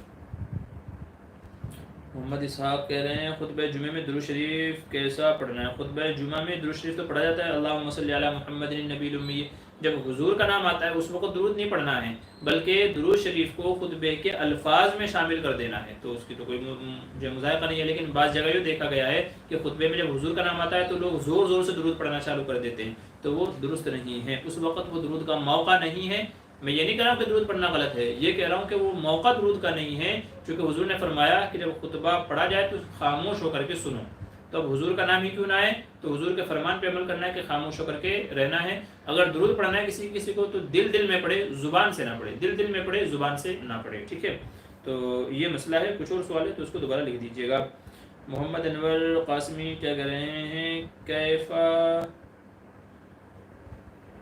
کیف حالک یا اخل کریم، اچھا کیف حالک یا اخل کریم، جی الحمدللہ انا طیب و کیف انت و اہلک و عیالک و مالک و خالک و بالک، میرا مزاج الحمدللہ اچھا ہوں، بہت اچھا ہوں۔ آپ نے پوچھا اس کے لیے شکریہ، اللہ آپ کو جزائے خیر دے۔ ایم ایس حسین کہہ رہے ہیں کیا اگر نماز میں وقت بہت کم ہے تو کیا درود شارٹ والی پڑھ لیں اور دعا بھی شارٹ والی؟ جی ہاں، اس میں کوئی حرج کی بات نہیں ہے، اگر وقت کم ہے تو اپنا جن چیزوں کو چھوڑنے کی گنجائش ہے تو ان کو چھوڑ کر کے آپ نماز مکمل کر سکتے ہیں۔ میرے شوہر کا فون میرے پاس ہے، تو ٹھیک ہے بھائی، میں نے آپ کو بتایا جائے طریقہ، انشاءاللہ اس کے مطابق عمل کریں۔ جزاک اللہ مفتی صاحب شزین خان، جی شکریہ، اللہ آپ کو بھی جزائے خیر دے۔ محمد اللہ کہہ رہے ہیں مفتی صاحب گھر میں اگر ٹی وی ہو، گھر والے ہمیشہ ٹی وی دیکھتے ہیں، ٹی وی توڑ سکتا ہے؟ ٹی وی توڑ سکتا ہے؟ ٹی وی توڑ سکتے ہیں، اچھا ٹی وی اگر توڑنا ہے تو توڑ دیجئے، لیکن اس کے ذمہ دار ہم نہیں ہوں گے۔ بہرحال ام الخبائث سے گھر میں نہیں رکھنا چاہیے، پیار محبت سے ہی اس کو گھر سے نکال دینا چاہیے۔ آج کل تو ہر بندہ فون رکھے ہوئے، ہر ایک کے فون میں جو ہے نا کیا ہے، ٹی وی موجود ہے، تو دیکھنا ہی ہے یار، تو اپنے فون پہ دیکھ لے، لیکن گھر میں اتنا بڑا LCD لگا کر کے سب کو گنہگار کیوں کر رہے ہو؟ تو پیار محبت سے سمجھا بجھا کر کے کہ اس کی وجہ سے رحمت کے فرشتے گھر میں نہیں آتے ہیں، دوسرے لوگ بھی، بچوں کے ذہن خراب ہوتے ہیں، ماحول خراب ہوتے ہیں، تو اس لیے اس کو گھر سے نکال دیں پیار محبت سے۔ توڑنے میں ایسا نہ ہو کہ بعد میں آپ کی توڑائی ہو جائے، سب مل کے آپ کو نہ توڑ دیں، تو اس لیے پیار محبت سے جو چیزیں حل کرنے کی ان کو پیار محبت سے کر لینا چاہیے۔ محمد اللہ کے مفتی صاحب ایک سوال ہے، پوچھنے سے پہلے معافی مانگتا ہوں، اگر منی مزی بہت نکلتا ہو کنٹرول کا کوئی طریقہ بتائیے۔ دیکھیں منی تو جب ہی نکلتی ہے جب آدمی کہہ لیجیے عموماً ہاتھ کا استعمال کرتا ہے یا کسی اور ذریعے سے رگڑ اس کو ملتی ہے، تو منی تو تبھی نکلتی ہے۔ البتہ مزید دیکھنے سے بھی نکل جاتی ہے، وہ چاہے فوٹو دیکھے، ویڈیو دیکھے یا کسی کو ریئل میں دیکھے تو مزید تب بھی نکل جاتی ہے۔ اس کے لیے آپ کیا کیجئے، والسماء والطارق جو ہے صورت ہے نا، اس کو زیادہ سے زیادہ پڑھنے کا معمول بنائیے۔ دوسری بات یہ ہے کہ جب آپ کی کہیں نظر پڑے، ظاہر سی بات ہے جب ہم غلط دیکھتے ہیں نا جب غلط دیکھتے ہیں تو شہوت ابھرتی ہے اور اس کے نتیجے میں پھر مزید منی نکلتی ہے. تو ایسے موقع پر آپ اپنا ذہن اپنے گھر والوں کی طرف لے کر کے چلے جائیے. بس ایسے ان کے بارے میں سوچیے, اچھا ہاں میری بہن وہاں رہتی ہے, میری ماں وہاں رہتی ہے, گھر کے یہ حالات چل رہے ہیں, ماحول چل رہے ہیں, تو اپنے ذہن کو بھٹکا دیجیے اور اپنے ذہن کو اپنے گھر والوں کی طرف لے کر کے جائیے, تو خواہشات ایک دم بیٹھ جائیں گی. یہ لوگوں نے تجربہ اپنا بتایا ہے اور میں یہی سجیسٹ کرتا ہوں, مشورہ کرتا ہوں. تو اپنا ذہن اپنے بہن بھائیوں کی طرف لے کر کے جائیے گا, جو خواہشات ہیں وہ ایک دم دب جائیں گی, بیٹھ جائیں گی, اور انشاءاللہ کنٹرول کرنا آپ کے لیے آسان ہو جائے گا. ٹھیک ہے, تو یہ طریقہ آپ اپنائیے, پھر کیا رزلٹ رہے گا مجھے بتائیے گا. حمید اللہ قاسمی, اگر ظہر کی نماز چھوٹ گئی پھر عصر کی نماز پڑھی تو کیا عصر کی نماز ہو گئی یا نہیں؟ اگر بندہ صاحب ترتیب نہیں ہے, صاحب ترتیب کا مطلب یہ ہے کہ جب سے بالغ ہوا ہے تب سے اب تک کوئی نماز نہیں چھوٹی ہے اس کی. اگر ایسا بندہ صاحب ترتیب ہے تو اس کے ذمہ لازم ہے کہ پہلے ظہر کی نماز ادا کرے پھر عصر کی نماز ادا کرے. ٹھیک ہے, اور اگر صاحب ترتیب نہیں ہے, ہم جیسے لوگ جن کی نمازیں چھوٹتی رہتی ہیں, پتہ نہیں کتنی چھوٹ گئی پتہ ہی نہیں ہے, تو پھر ایسے بندے کی نماز بھلے ہی ظہر چھوٹ جائے, فجر چھوٹ جائے, عصر کی پڑھے گا عصر کی ہو جائے گی, پھر اس کے بعد اپنی قضا نمازیں پڑھ لے, کوئی مذائقہ نہیں ہے, تو ان کی ہو جائے گی. مدینہ کہہ رہے ہیں والد کا انتقال ہو جائے تو ماں کی کیا کریں ڈیگارڈ خلافت کس کی ہوگی, بیٹیوں کی یا بیٹوں کی؟ ماں کی ڈیگارڈ خلافت کیا کہہ رہے ہیں بھیا آپ؟ ماں کی کفالت کہہ رہے ہیں. اچھا, کس کے ہوگی؟ دیکھیں پہلی بات تو یہ ہے کہ باپ کے انتقال کے بعد میں بیوی کو یعنی ماں کو اتنی وراثت ملتی ہے کہ جس سے اس کا گزر بسر ہو سکے. 8واں حصہ جو دیا جاتا ہے اولاد کی موجودگی میں, تو وہ اس کے پاس اتنا موجود ہے کہ انشاءاللہ اسی سے اس کی کفالت ہو جائے گی. لیکن زیادہ حق بیٹوں کا ہے. کس کا ہے؟ بیٹوں کی ذمہ داری ہے کہ وہ اپنی ماں کی کفالت کریں. اب چاہے تو میراث سے جو 8واں حصہ ملا ہے اس سے کریں, یا تو حسن سلوک یہ ہے کہ اپنے مال میں سے ماں کو اپنے پاس رکھا جائے اور کیا کہتے ہیں اس کو اپنے ساتھ میں رکھ کر کے اس کی دیکھ بھال, خبرگیری, اس کی دوائی وغیرہ جو بھی چیزیں ہیں تمام اخراجات بیٹوں کی ذمہ داری ہے کہ وہ اس کی کفالت کرے. کسی بندے نے کیا خوب کہا ہے کہ ایک ماں 4 بچوں کو 4 اولاد کو پال لیتی ہے, لیکن 4 اولاد سے ایک ماں باپ نہیں پالے جاتے. اور یہ آج کے معاشرے کا کڑوا سچ ہے کہ ماں باپ مشقتیں جھیل کر کے اپنی 4 اولاد کو پال لیتی ہے, پرورش کر لیتی ہے, پڑھا دیتی ہے, لکھا دیتی ہے, شادیاں کر دیتی ہے, مگر وہی ماں باپ جب بوڑھے ہو جاتے ہیں تو ایک کہتا ہے تو رکھ لے, دوسرا کہتا ہے تو رکھ لے, تیسرا کہتا ہے تو رکھ لے, میرے گھر کی بیوی ایسی ہے, میرے بچے ایسے ہیں, میرے گھر کے اخراجات پورے نہیں ہو رہے ہیں, میرا خرچہ نہیں اٹھ رہا ہے. تو پھر کیا ہوتا ہے کہ 4 اولاد سے ایک ماں باپ نہیں سنبھالی جاتی, جبکہ وہی ماں باپ 4 اولاد کو سنبھال لیتے ہیں. تو اس لیے بیٹوں کی زیادہ ذمہ داری ہے کہ وہ اپنے ماں باپ کا خیال رکھیں. آگے چلیے. آسان فقہ, حضرت بجاج فائننس پر خرید پر آپ کی کیا رائے ہے؟ اس پر تفصیلی گفتگو فرمائیے تمام فتاوا کے مد نظر رکھتے ہوئے, جزاک اللہ خیر. جی, آسان فقہ یہ ہمارے دوست ہیں اور مفتی سہیل بڑھا قاسمی صاحب ہیں. آپ کا بہت بہت خیر مقدم ہے کہ آپ ہمارے چینل پہ تشریف لائے. دیکھیے یہ بجاج فائننس کا جہاں تک میں نے مطالعہ کیا ہے اور جہاں تک میں خود اس کے بارے میں جانتا ہوں, چونکہ کچھ چیزوں میں مجھے بھی ضرورت پڑی تھی کچھ لینے کی, تب میں نے اس کے تعلق سے تھوڑی سی تفصیل جانی تھی. بجاج فائننس میں کیا ہے کہ یہ لوگ آپ کو کسی مطلب انٹرسٹ جو ہوتا ہے, سود ہوتا ہے, اس میں آپ کا ملوث ہونا نہیں پایا جاتا ہے, بلکہ یہ EMI کی ایک شکل ہے لیکن بجاج کے ذریعے سے ہے. اب ان لوگوں کا دوسری کمپنیوں سے کیا معاہدہ ہے وہ اپنے کو نہیں پتہ ہے, لیکن اگر آپ بجاج فائننس کا کارڈ خریدتے ہیں یا اس کے ذریعے سے کوئی چیز خریدتے ہیں تو بجاج فائننس والے آپ کو کوئی الگ سے سود کے لیے نہیں کہتے ہیں, کوئی انٹرسٹ آپ کے اوپر نہیں لگتا ہے, یعنی زیرو انٹرسٹ جسے کہا جاتا ہے. تو اگر زیرو انٹرسٹ کے ذریعے سے بجاج فائننس کارڈ خرید کر کے اس کے ذریعے سے ہم کوئی سامان خریدتے ہیں جس پہ ہمیں کوئی سود دینا نہیں پڑتا, تو ظاہر ہے کہ جب سود کے اندر ملوث ہونا نہیں پایا جا رہا ہے تو یہ معاملہ کیا ہوگا؟ جائز ہوگا, یہ معاملہ جائز ہوگا. اور اگر کہیں پر یا کوئی ایسی شق ہے, کوئی ایسی کنڈیشن ہے کہ جس میں یہ لوگ انٹرسٹ کا آپ کے ساتھ میں ایگریمنٹ کرتے ہیں کہ اگر آپ نے یوں کیا تو آپ کو چارجز لگیں گے, آپ کو سود لگے گا, یوں ہوگا یوں ہوگا, اگر سود کا کوئی بھی اس کے اندر ملوث ہونا پایا جا رہا ہے تو پھر ناجائز ہو جائے گا. ظاہر سی بات ہے, آپ بھی جانتے ہیں. لیکن عموماً اب تک کے جو لوگوں نے, جن لوگوں کے کارڈ وغیرہ ہیں, انہوں نے یہی بتایا ہے کہ بجاج فائننس میں سود نہیں ہوتا ہے. اب ان لوگوں کی کیا شکل ہے, کیا ان کو پروفٹ ملتا ہے, کیا ان کا بینیفٹ ہے, وہ واللہ اعلم مجھے بھی نہیں پتا ہے. لیکن بظاہر فی الحال تک کہ میری بھی رائے اس سلسلے میں جواز کی ہی ہے کہ زیرو انٹرسٹ ہے, جبکہ سود آپ کو نہیں دینا پڑ رہا ہے, تو بجاج فائننس کے ذریعے سے گاڑی, گھر, مکان, جو بھی چیزیں خرید سکتے ہیں ان کے خریدنے کی اجازت ہے. یہ فی الحال میری رائے ہے, میری تحقیق کے اعتبار سے. ٹھیک ہے، کیونکہ مین وجہ یہی ہے کہ سود میں ملوث ہونا نہیں پایا جا رہا ہے. عموماً بینک کے جو کام کاج ہیں یا دوسرے جو بھی کریڈٹس کمپنیاں ہیں تو ان میں سودی معاملے کے ملوث ہونے کی وجہ سے علماء منع کرتے ہیں کہ بھئی سود میں ملوث ہونا پایا جا رہا ہے اس لیے منع ہے. اب جب یہ چیز یہاں ہے ہی نہیں، جب علت ہی نہیں ہے تو حکم بدل جائے گا. ٹھیک ہے، یہ میری رائے ہے. باقی انشاءاللہ گفتگو کریں گے. ابھی میں علماء کا ایک اور یوٹیوب پہ پروگرام رکھنے والا ہوں جس میں انشاءاللہ اور دوسرے ہمارے مفتیان کرام بھی شامل ہوں گے، تو آپ یاد دلائیے گا انشاءاللہ اس وقت اس کے بارے میں بھی ڈسکس کریں گے. تب تک کے لیے آپ بھی کچھ مطالعہ کر لیجئے، میں بھی مزید مطالعہ کر لیتا ہوں. جی محمد اسحاق رحیمی، ایک فتوے کی ضرورت ہے بھائی، جو فتویٰ ہے آپ لکھ کر کے بھیج دیجئے. آپ لکھت روپ میں پوچھیں گے لکھت روپ میں دے دیں گے، آپ اورلی بول کے پوچھیں گے تو بول کے بتا دیں گے. جی احمد حسین کیا کہہ رہے ہیں، قرآن کی پرانی کاپیز اور جانماز اور دوسری چیزوں کے ساتھ کیا کرنا چاہیے؟ بھائی ایسے قرآن، پرانے کاغذات، دینی پیپر یا جن میں ایسے الفاظ لکھے ہوں جن کا ادب ضروری ہے تو ان کو قبرستان میں جا کر کے دفن کر دینا چاہیے. ٹھیک ہے، یا ایسی جگہ دفن کر دینا چاہیے کہ جہاں پر کسی کا پیر نہ پڑتا ہو. دفنانا قبرستان میں، ندی میں بہانا یہ جائز ہے؟ دیکھیں اس میں دفنانا زیادہ بہتر ہے. جلانے کی تو حتی الامکان کوشش کرنی چاہیے کہ نہ جلایا جائے، لیکن اگر کوئی اور شکل نہ ہو، دفنانے کی کوئی جگہ نہ ملے تو جلانے کی بھی اجازت ہے. اور اس کی دلیل ہمیں یہ ملتی ہے کہ حضرت عثمان غنی رضی اللہ عنہ کے زمانے میں انہوں نے صرف ایک قرآن پہ سب کو جمع کیا تھا کہ بھئی اب یہی قرآن سے سب لوگ کاپی پیسٹ کریں، اسی کو پڑھیں، اور جو دوسرے قرأتوں والے قرآن تھے ان سب کو جلا دیا گیا تھا. ٹھیک ہے، ندی میں بہانے میں ایک نقصان یہ ہوگا کہ وہ کاغذ، ظاہر ہے آپ نے پتھر ڈال کے اس کو چھوڑ دیا ندی میں، کچھ وقت تک بیٹھے رہیں گے، پھر اس کے بعد وہ کاغذ نکل جائیں گے کہیں نہ کہیں، تو وہی چیزیں جو آپ نے نیچے ڈالی تھی وہ کہیں نہ کہیں واپس اوپر آ جائیں گے. تو سب سے بہتر طریقہ ہے کہ دفنا دیا جائے. ٹھیک ہے، آگے چلیے.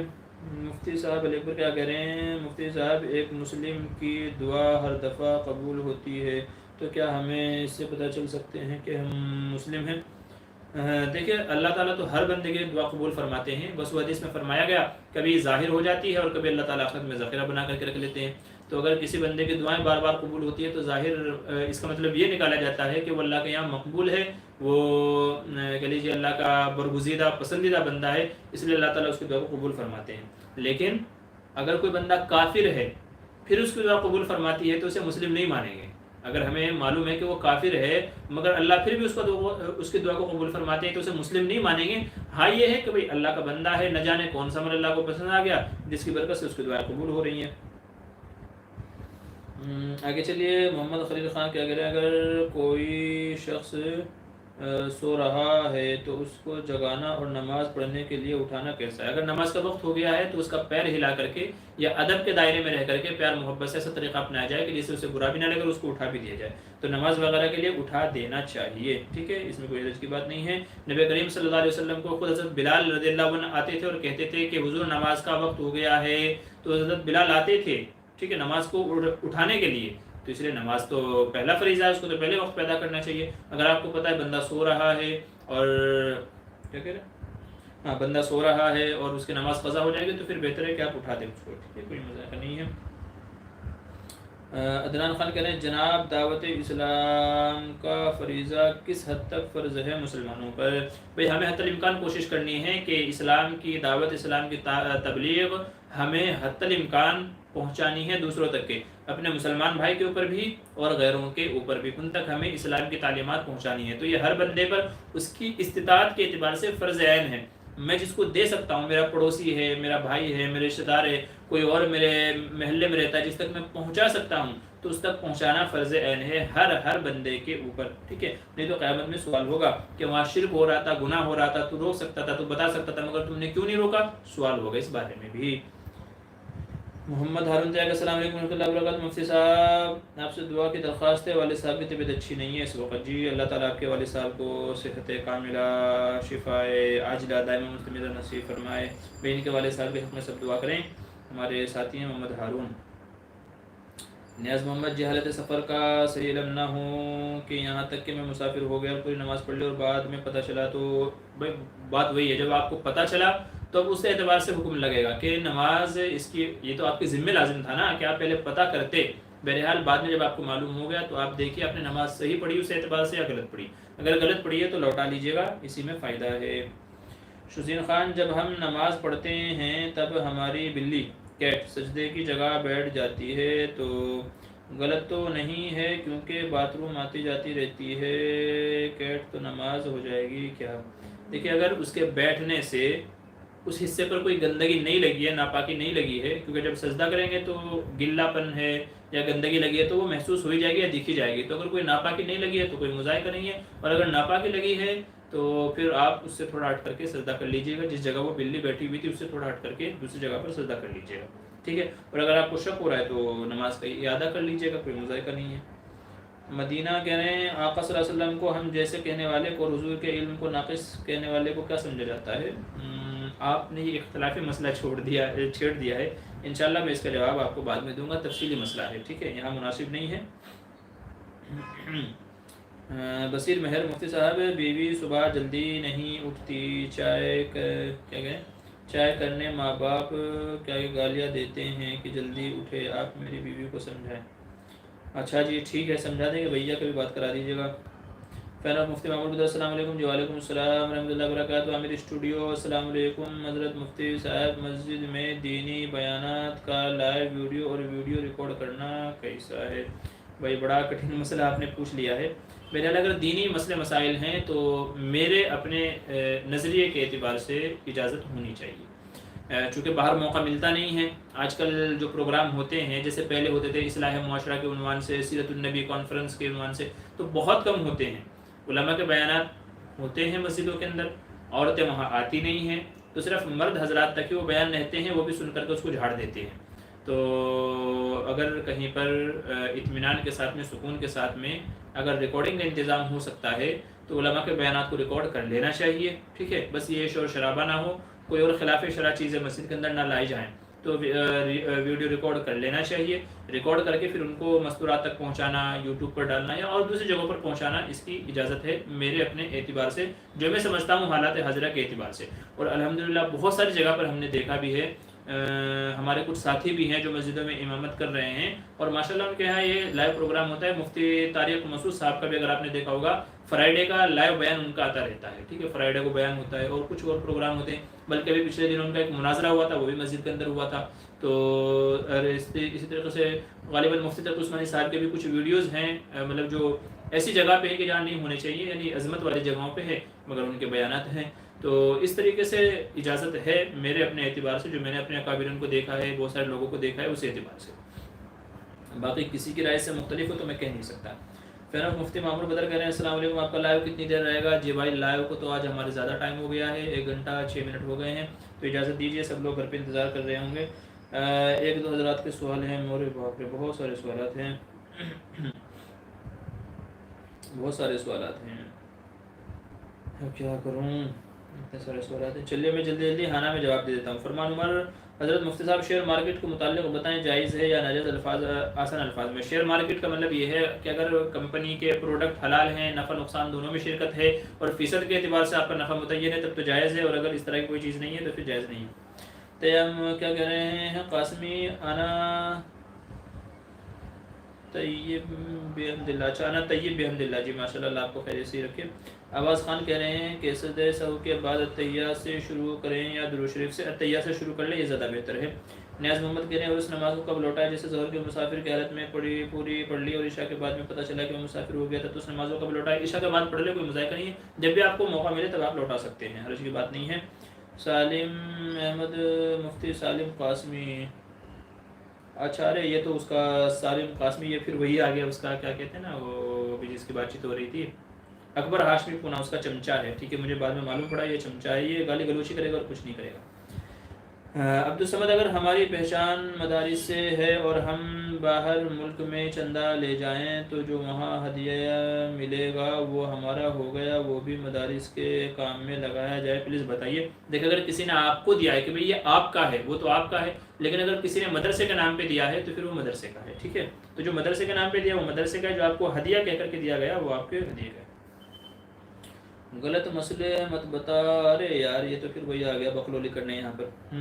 ٹھیک ہے. حالانکہ انشاءاللہ مجھے امید ہے یہ ایک مسئلہ نہیں بتا سکتا جو میں نے غلط بتایا ہو. یہ صرف بھونک رہا ہے، یہ صرف بھونک رہا ہے، بکواس بازی کر رہا ہے. نہیں تو یہ ایک مسئلہ انشاءاللہ یہ میں اس کو چیلنج کر رہا ہوں، یہ میں چیلنج کر رہا ہوں کہ یہ ساری ویڈیو ریکارڈ کرے اور اس میں نے کون سا مسئلہ غلط بتایا اور صحیح مسئلہ کیا انشاءاللہ مجھے بتایا گیا. مفتی سالم نام کا جو بھی اس کا اکبر ہاشمی کا چمچہ ہے، یہ چمچہ ہی ہے اس کا، اور چمچہ کیا کرتا ہے جس برتن میں ہوتا ہے اسی کو خالی کرتا رہتا ہے. بہرحال چمچوں سے مجھے کوئی بات نہیں کرنی ہے.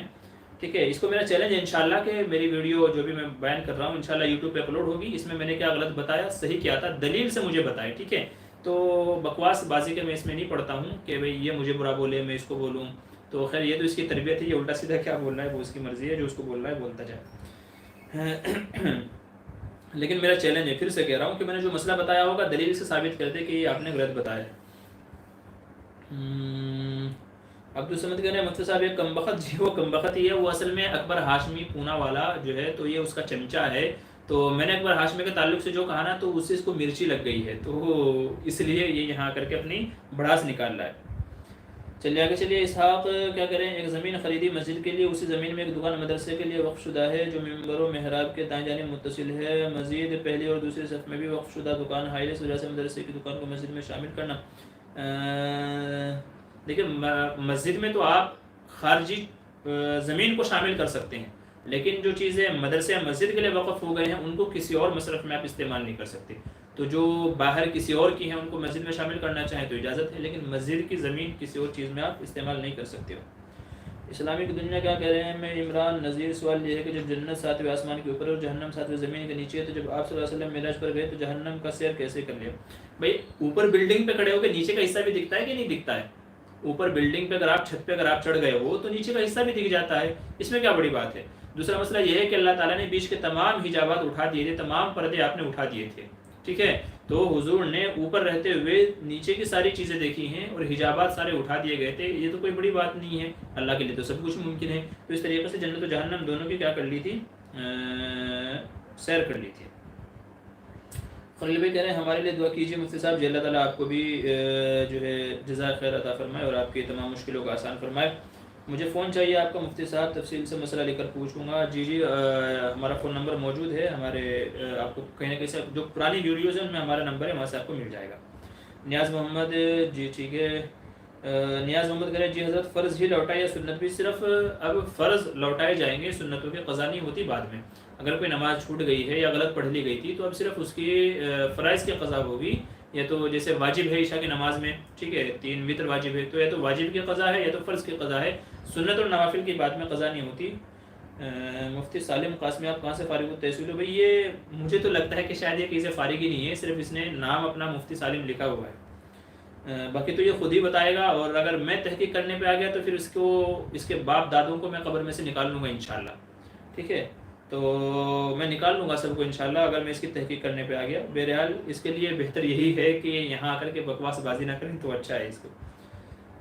چلیے آواز خان کیا کہہ رہے ہیں تاریخ اسلام کی کس کس کتاب کا مطالعہ کرے؟ جی تاریخ اسلام میں کئی ساری کتابیں ہیں. تاریخ اسلام میں ایک وہ ہے الرحیق المختوم ہے، اس کا مطالعہ کر لیجئے. ٹھیک ہے. اور علامہ شبلی نعمانی کی بھی ہے، اس کا بھی مطالعہ کر لیجئے.